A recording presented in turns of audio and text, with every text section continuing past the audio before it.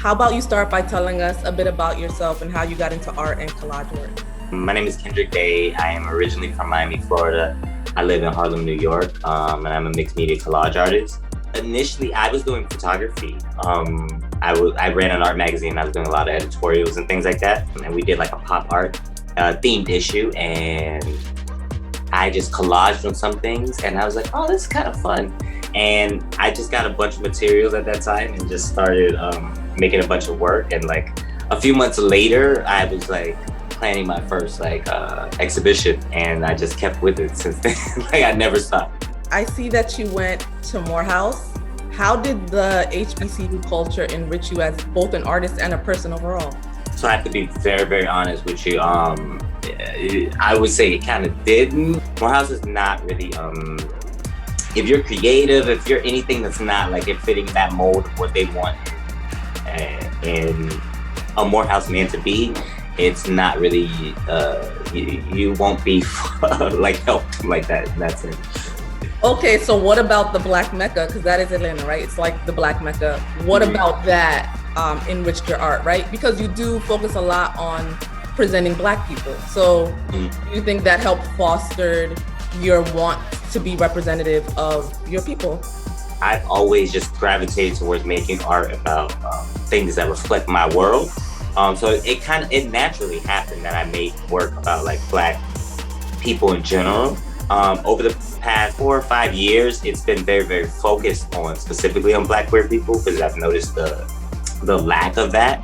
I think, again, being in Atlanta is just like, Atlanta is just a bunch of Black people. But not just that, because I live in Harlem for that specific reason too. But I think the thing about Atlanta people is that they were very just like, we're gonna get it together, we're gonna make it work, we're gonna figure it out. And Atlanta was, especially at that time, it was like it was just a lot of creative energy everywhere. So it was kind of easy to just kind of like create something that kind of got you noticed. But like it was a very like tight-knit community of like artists and creators. So it is Pride Month, and you did make a Toro deck, the Black Queer Toro deck. What led you to creating the deck? I was looking to buy one for myself, and all the ones I saw, if they were Black themed, like tarot decks, it was like cisgendered, it was not inclusive at all in that sense. And if they were queer or like LGBTQ themed, they weren't inclusive for Black people or people of color. So for me, it was like, and again, those are two my worlds. I am Black and queer, like none takes up more space. Like I present as both of them. So the thing is, like I was like, I want a deck that has that. So it's like, that was always in the back of my mind where it's like, oh, I wanted to create a deck. And then maybe last summer, coming into the fall, I just was like, oh, I'm gonna do it. And I started photographing people first, and then working on the cards, and then we released the campaign out in February of this year. But yeah, it's been, it came initially just from a want in myself. Like I wanted a deck to reflect me, you know, both parts of me, you know, all parts of me, you know? Right, so you're saying that you wanted a deck that reflects both parts of you. And I know a lot of the common theme when we talk about representation, a lot of people will say, hey, you're Black before you're queer, right? Or you're Black before you're gay, whatever may have you. How do you respond to things like that? Because you're saying that you walk into a space as all of your identities at one time. To me, it's not true. I can't divorce myself from any part of my identity. And I know some people can try to say stuff like that. I even know there are even some gay people that think that. It's just, for me, they're both my identities. It's not like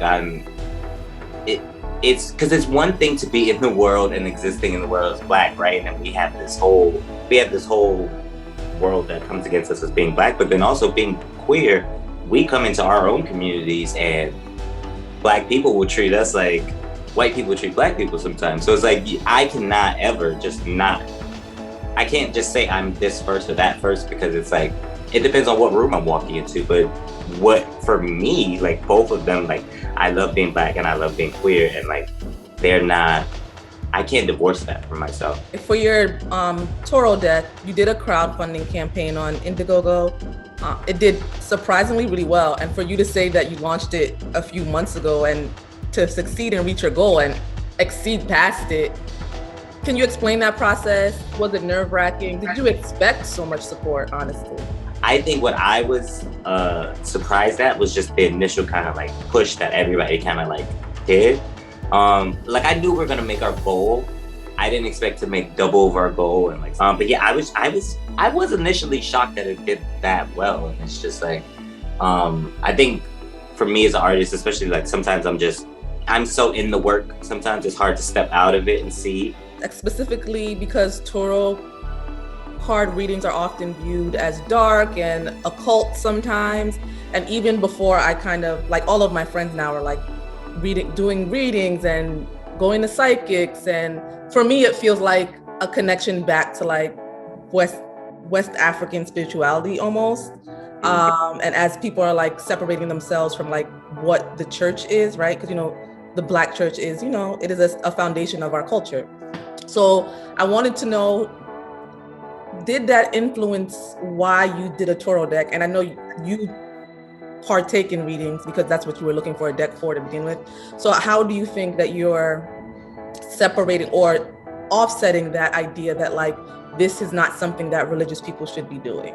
My journey into spirituality has been interesting, and it's because of the sentiment that you were even talking about. Like a lot of times I think, yes, the Black church is like a pillar in our community, but it's also terrorist in our community in a lot of ways, because it boxes people into a lot of different things that they may not necessarily even be about in that sense. To me, people are all looking for the same thing, I think. They're just looking for comfort, answers, to be heard, to be seen. And however you get to that, whatever works for you, I think, as long as you're not hurting anybody. But yeah, my hope is that like specifically for Black queer people that like felt isolated or like shunned from church, religion, or spirituality in general, can see that it can still be for us as well, So how did you pick the people featured in your deck, right? Because you have James Baldwin, you have Audre Lorde, then you have some of your other friends or people from the LGBT community who you photographed. So just tell me how you decided who you were going to feature. So it was initially I put up before I started doing the shoots, I did a call and I put it on Instagram. And so anybody that like responded to the call that I could actually physically shoot, with the restrictions of COVID, of course, I photographed them. So there were like certain cards that are suited, like the king, queen, the different suit cards that I knew. I was like, oh, I definitely wanted certain people that are, I guess, iconic in our community to be highlighted as well. So it's like James Baldwin, Marsha P. Johnson, Miss Major. There's like a lot of people, Josephine and Marlon Riggs, and there's just a lot of people that I knew I wanted to be in this kind of like moment of time, because it's presenting our community as like past and future in that sense, Yes. And so you also provided a guidebook with your deck, right? So for me, as someone that's not into tarot, my reference point is the Carmen Hip Hoptra, where Beyonce's character goes in and it's like the death card and that whole crazy scene. Why was it important for you to share that with people who are like just novice to this whole industry? I'm very interested in astrology and tarot and like numerology and like a lot of things that are like esoteric and like occult, you could say, in that sense. I would not say I'm an actual reader in the sense that I charge people for readings. I play around with stuff for myself.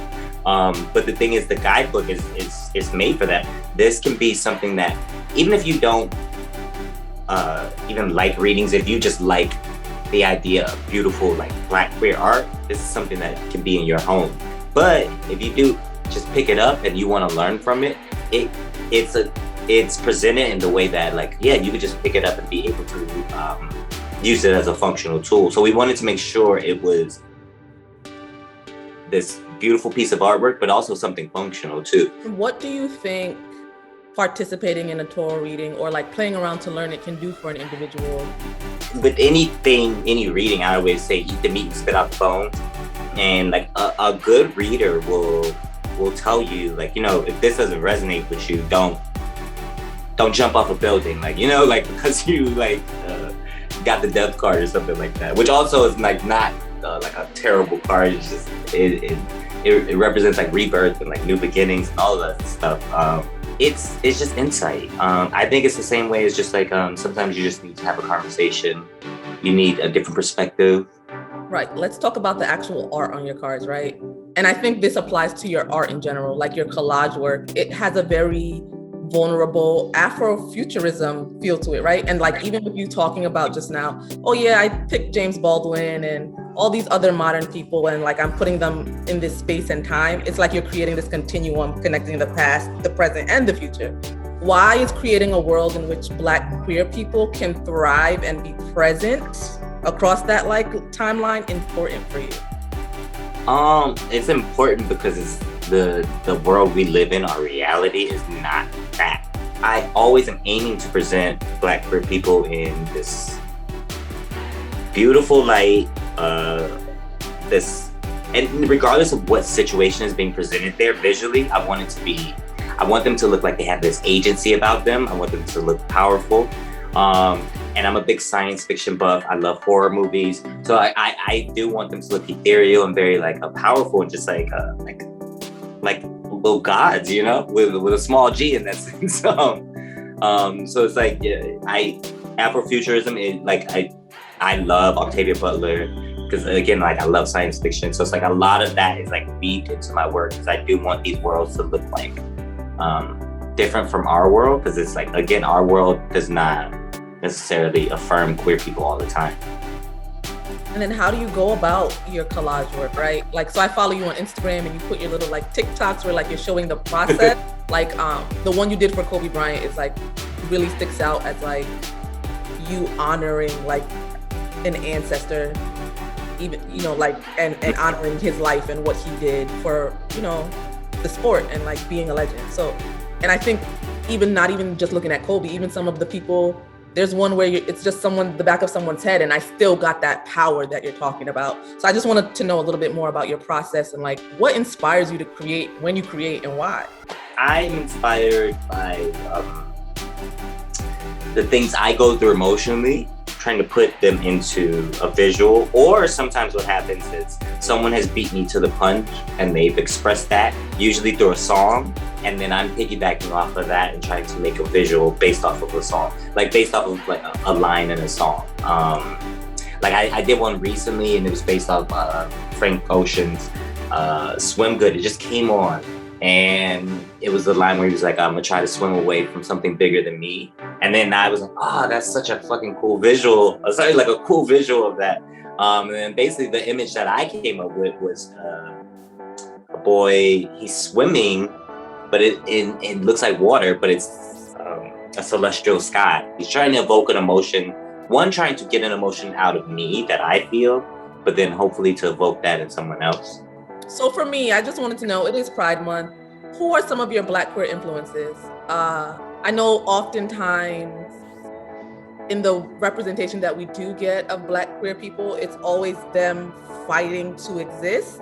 So I kind of want to talk about the influences that just influenced you through their art and not so much the struggle of existing as a part of two marginalized communities. I would say for me, like right and specifically right now, it's all of my Black queer peers that are killing it out here. There's a lot of creative energy going around at the time.